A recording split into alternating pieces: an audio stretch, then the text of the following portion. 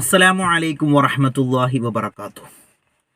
ജീവിതത്തിൽ ഏറ്റവും വലിയ നേട്ടങ്ങൾ കൈവരിച്ചു എന്ന് അവകാശപ്പെട്ടാലും, ഒരാൾക്ക് എത്തിപ്പെടാൻ കഴിയുന്ന ഏറ്റവും ഉന്നതിയിൽ ഒരാൾ എത്തിപ്പെട്ടാലും, എത്ര വലിയ ഇൽമ് കരസ്ഥമാക്കിയാലും, എത്ര വലിയ ആലിമായാലും, എത്ര വലിയ സയ്യിദായാലും, അള്ളാഹുവിൻ്റെ ഹബീബിൻ്റെ അടുക്കൽ അവർ സ്വീകാര്യനാകുന്നത്, ഹബീബായ റസൂലിൻ്റെ വാക്കുകൾ തന്നെ എടുത്തു നോക്കിയാൽ, എന്നിലേക്ക് ഏറ്റവും നിങ്ങളുടെ കൂട്ടത്തിൽ ഇഷ്ടപ്പെട്ട ആളുകൾ അഹ്സനുക്കും അഖ്ലാഖ, സ്വഭാവത്താൽ നിങ്ങളിൽ ഏറ്റവും നന്നായി പെരുമാറാൻ അറിയുന്ന ആളാരാണോ അവരാണെന്നാണ്.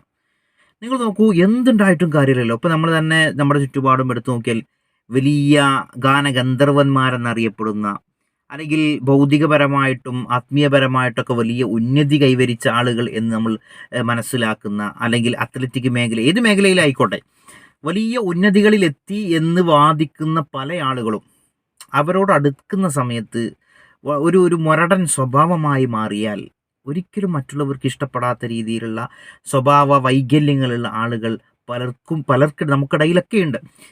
അതൊക്കെ ഉണ്ടായാൽ ഈ ഒരു നേട്ടങ്ങൾക്കൊന്നും ഒരു അർത്ഥമല്ല എന്നുള്ളതാണ്.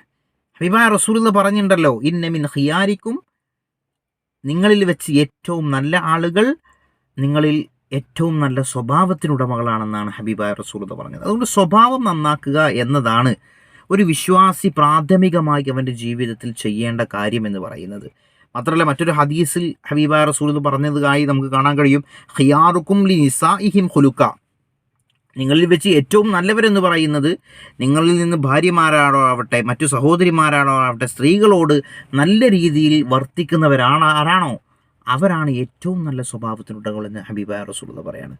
അപ്പോൾ ഏത് വലിയ ഉന്നതികളിലും ഔന്നിത്യങ്ങളിലെത്തി എന്ന് നമ്മൾ പറയുമ്പോഴും നല്ല ഒരു മനുഷ്യനാവണമെങ്കിൽ നല്ല സ്വഭാവത്തിനുടമയാകണം.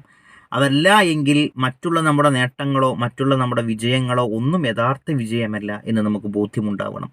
അല്ലാഹു നല്ല സ്വഭാവങ്ങളുള്ള ആളുകളിൽ നമ്മേവരെയും ഉൾപ്പെടുത്തി അനുഗ്രഹിക്കട്ടെ. അസ്സലാമു അലൈക്കും വറഹ്മത്തുള്ളാഹി.